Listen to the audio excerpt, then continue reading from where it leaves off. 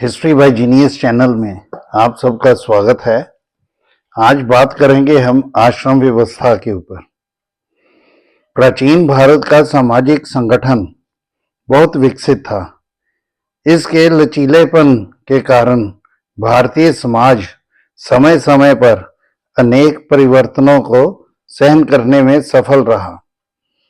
प्राचीन भारत के सामाजिक संगठन का विवरण हमें अनेक स्रोतों से उपलब्ध होता है, जिनमें प्रमुख हैं वेद, उपनिषद, धर्मशास्त्र, मनुस्मृति, कौटिल्य का अर्थशास्त्र आदि। प्राचीन भारत सामाजिक संगठन की प्रमुख विशेषता आश्रम व्यवस्था के रूप में देखी जाती है।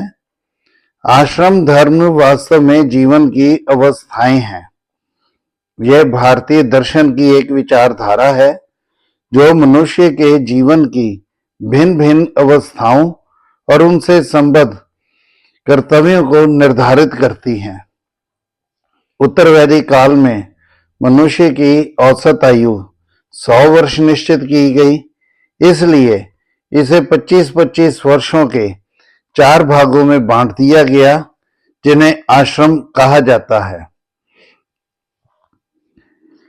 आश्रम शब्द की उत्पत्ति संस्कृत भाषा के शब्द श्रम से हुई, जिसका अभिप्राय है परिश्रम करना। अतः आश्रम से तात्पर्य उस अवस्था से है जहां प्रयत्न किए जाते हैं। जर्मनी के प्रसिद्ध विद्वान पॉल दूसे का भी मानना है कि आश्रम उस स्थिति को व्यक्त करता है जो मेहनत मजदूरी वाली हो।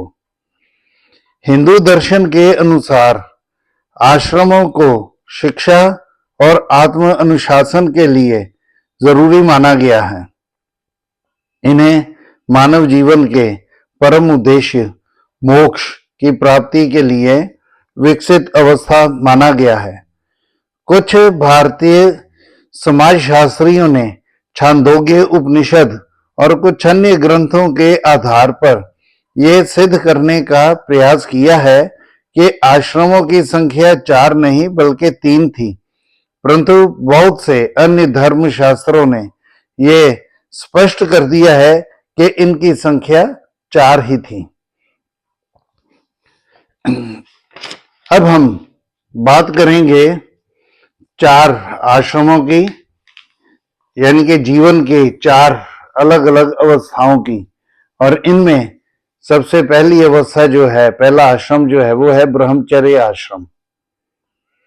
यह मनुष्य जीवन की पहली अवस्था थी। अपने जीवन के पहले 25 वर्ष मनुष्य इस आश्रम में व्यतीत करता था। इस समय के दौरान वे गुरु के पास अनुशासन में रहते हुए विभिन्न क्षेत्रों में शिक्षा प्राप्त करता था। ज्यादातर ग्रंथों ने ब्रह्मचारी का अध्ययन काल 12 वर्ष माना है। अध्ययन का समय उपनयन संस्कार के बाद ही आरंभ होता था। ब्रह्मचारी को गुरु के पास रहते हुए भिक्षा प्राप्त करने के लिए भी जाना पड़ता था। इसका उद्देश्य उसमें अहंकार के त्याग और साधनों के गुणों का संचार करना था। इसके अलावा वो जीविका की चिंता से मुक्त होकर अपना पूरा ध्यान अध्ययन में लगा सकता था। इस अवस्था का मुख्य प्रयोजन शारीरिक और मानसिक पवित्रता के साथ साथ पूर्ण आत्म संयम था। गुरु इस बात का ध्यान रखता था कि विद्यार्थी अपना ध्यान भटकाकर संसारिक ऐश्वर्यपूर्ण साधनों में न लगा ले, इसलिए उसे संसार की सुख सुविधाओं से दूर रखने का प्रयास किया जाता था। उसे इस बात का स्पष्ट निर्देश दिया जाता था कि वह ऐश्वर्य और धन संपदा के मोह में न फंसे।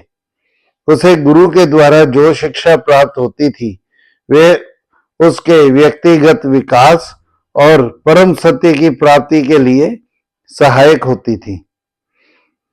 मनु के अनुसार ब्रह्मचारी गुरु के आश्रम में रहते हुए इंद्रियों का संयम कर तपोबल बढ़ाने के लिए इन नियमों का पालन करे। तो मनु ने कुछ हिदायतें दी हैं जिनका उसे पालन करना है। वो क्या है कि मधु, मांस, गंध, द्रव्य वगैरह के सेवन के अलावा स्त्री संग संबंधों का त्याग करना। जो वस्तु स्वभाव से मधुर है परंतु किसी कारण से अम्ल हो गया है, वैसी वस्तुओं का ब्रह्मचारी को कभी भी सेवन नहीं करना चाहिए तथा ना ही किसी जीव के प्रति हिंसा करनी चाहिए। उसे श्रृंगार, प्रसाधनों, काम, क्रोध, लोभ, नृत्य, संगीत, बेवजह का झगड़ा, झूठा वचन, स्त्रियों के प्रति कटाक्ष वगैरह का भी त्याग करने का आदेश था। और योग दर्शन में लिखा है कि ब्रह्मचर्य की प्रतिष्ठा से परम शक्ति प्राप्त होती है। छांदोग्य उपनिषद में भी लिखा है कि ब्रह्मचर्य का पालन करने से ब्रह्मलोक की प्राप्ति होती है। दरअसल मानसिक और आध्यात्मिक उन्नति शारीरिक स्वास्थ्य पर ही निर्भर है तथा स्वास्थ्य का आधार ब्रह्मचर्य पालन पर ही निर्भर है। तो ब्रह्मचर्य के पूरे पालन के लिए शरीर, मन और बुद्धि तीनों का संयम रखना ब्रह्मचारी का कर्तव्य है। जीवन में सफलता प्राप्त करने के लिए उसे सात्विक आहार की सलाह दी जाती थी। तो शास्त्रों ने ब्रह्मचारी दो किस्म के बताए हैं, एक है नैष्ठिक और दूसरे उपकुर्वाण। नैष्ठिक जो ब्रह्मचारी हैं उनके बारे में हम देखते हैं कि यदि शिष्य में इतना सामर्थ्य हो कि वो आजीवन ब्रह्मचर्य का पालन कर सकता हो तो गुरु उसे नैष्ठिक ब्रह्मचारी बनने की आज्ञा देता था। परंतु जो शिष्य आजीवन ब्रह्मचर्य का पालन नहीं कर सकता था, वे कुछ वर्ष तक गुरु के आश्रम में ब्रह्मचर्य का पालन करते हुए विद्या ग्रहण करने के बाद गुरु को दक्षिणा देकर उसकी आज्ञा से गृहस्थ आश्रम में प्रवेश करता था। ऐसे ब्रह्मचारी को उपकुर्वाण कहा जाता था। तो इस तरह भारतीय सामाजिक व्यवस्था में ब्रह्मचर्य आश्रम का महत्वपूर्ण स्थान है। दूसरा आश्रम जो है वो है गृहस्थ आश्रम। ब्रह्मचर्य आश्रम के बाद मनुष्य गृहस्थ आश्रम में प्रवेश करता था। विभिन्न आचार्यों ने इस आश्रम को ज्येष्ठ आश्रम कहकर इसके महत्व को स्पष्ट किया है। 26 वर्ष की आयु से लेकर 50 वर्ष की आयु तक वो इसी आश्रम में रहता था। इस आश्रम में उसके मुख्य कार्य थे धन कमाना, विवाह करना, संतान उत्पन्न करना और परिवार की जरूरतों की पूर्ति करना। अपने वंश को आगे बढ़ाने के लिए पुत्र का होना आवश्यक था, वरना वह पुत्र गोद भी ले सकता था। गृहस्थ आश्रम में धार्मिक संस्कारों का बहुत महत्व था, इसलिए उसका कर्तव्य था कि इन संस्कारों का वे बड़ी सावधानी के साथ पालन करें। मनु ने तो यहां तक कहा है कि जो व्यक्ति इस लोक में तथा स्वर्ग लोक में सुख की कामना करता है उसे इस आश्रम के धर्मों का पालन करने का प्रयास करना चाहिए। इस आश्रम में रहते हुए मनुष्य विभिन्न परिस्थितियों के संपर्क में आता है। इन परिस्थितियों में ही वह विशुद्ध प्रेम, स्वार्थ त्याग की भावना, दूसरों के लिए कष्ट उठाना, सहानुभूति जैसे गुणों को धारण कर सकता है। गृहस्थी का यह परम कर्तव्य बताया गया है कि वह समाज और राष्ट्र की उन्नति के लिए सामाजिक अनुशासन का पालन करे तथा यदि ऐसा अवसर बने तो वह सामाजिक हित के लिए अपने स्वार्थ का भी त्याग करते। उसके लिए यह अनिवार्य कहा गया है कि वह समाज की उन्नति के लिए शुद्ध आचरण करे तथा इसके विकास में अपना योगदान दे। इसका कारण है कि गृहस्थ आश्रम ही वह अवस्था है, ये नोट करने वाली बात है कि गृहस्थ आश्रम ही वह अवस्था है जिस पर संपूर्ण समाज तथा चारों आश्रमों के लोगों की जीविका तथा निर्वाह का भार है। जैसा कि पहले बताया है कि ब्रह्मचारी अपनी शिक्षा के लिए धन और भिक्षा के लिए गृहस्थी व्यक्ति के ही पास जाता था तथा सन्यासी भी भोजन आदि के लिए गृहस्थी व्यक्ति के ऊपर ही निर्भर करता था। इसका एक प्रमुख कारण यह था कि ब्रह्मचारी, वानप्रस्थी और सन्यासी धन आदि से दूर रहते थे, तो इसलिए गृहस्थी व्यक्ति को पूर्ण मानवीय गुणों से अलंकृत होने और धार्मिक संस्कारों से संपन्न होने की संभावना थी, क्योंकि ऐसा होने पर ही समाज की उन्नति संभव थी। आगे बात करते हैं वानप्रस्थ आश्रम की। गृहस्थ आश्रम के बाद मनुष्य अपने जीवन के अगले 25 वर्ष, जो कि 51 वर्ष की आयु से 75 वर्ष की आयु तक वानप्रस्थ आश्रम में व्यतीत करता था। जैसा कि इसके नाम से ही स्पष्ट है कि इस आश्रम में प्रवेश होते हुए वे समाज और परिवार के बंधनों का त्याग कर जंगल की ओर यानी कि वन की ओर मुंह करता था तथा वहां मन पर नियंत्रण पाने का प्रयास करता था। परंतु इस आश्रम में प्रवेश करने से पहले उसे गृहस्थ आश्रम से संबंधित अपने सभी उत्तरदायित्वों की पूर्ति करनी होती थी।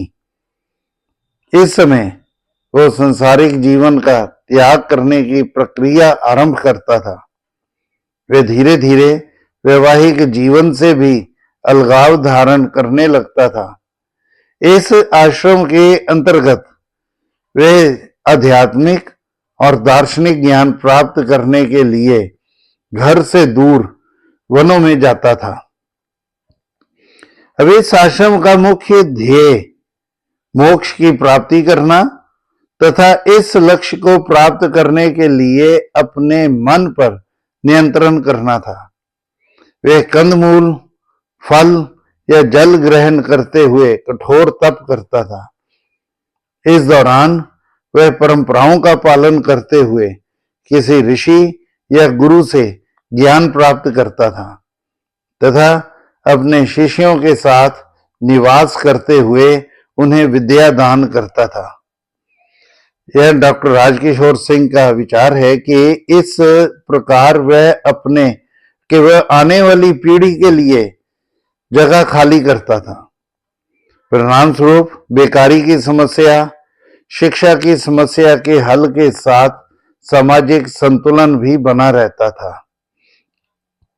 वह अपने अंदर स्वयं अनुशासन तथा अन्य जीवों के प्रति दया, करुणा, परोपकार आदि गुणों का संचार करता था। मुंडकोपनिषद में उल्लेख आता है कि जो विद्वान शांत स्वभाव से मन में निवास करते हुए तपस्या और श्रद्धा का सेवन करते हैं, वे पाप पुण्य से मुक्त होकर ब्रह्मलोक में जाते हैं। चौथा और आखिरी आश्रम जो है वो है संन्यास आश्रम।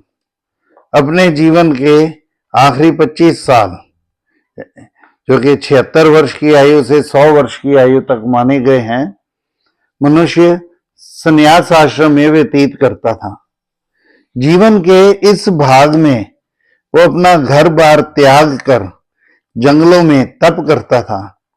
इस आश्रम में प्रवेश करते समय वह एक प्रतिज्ञा करता था, आज मैंने पुत्र विषयक, धन विषयक तथा यश विषयक कामनाओं का पूर्ण तौर पर परित्याग कर दिया है।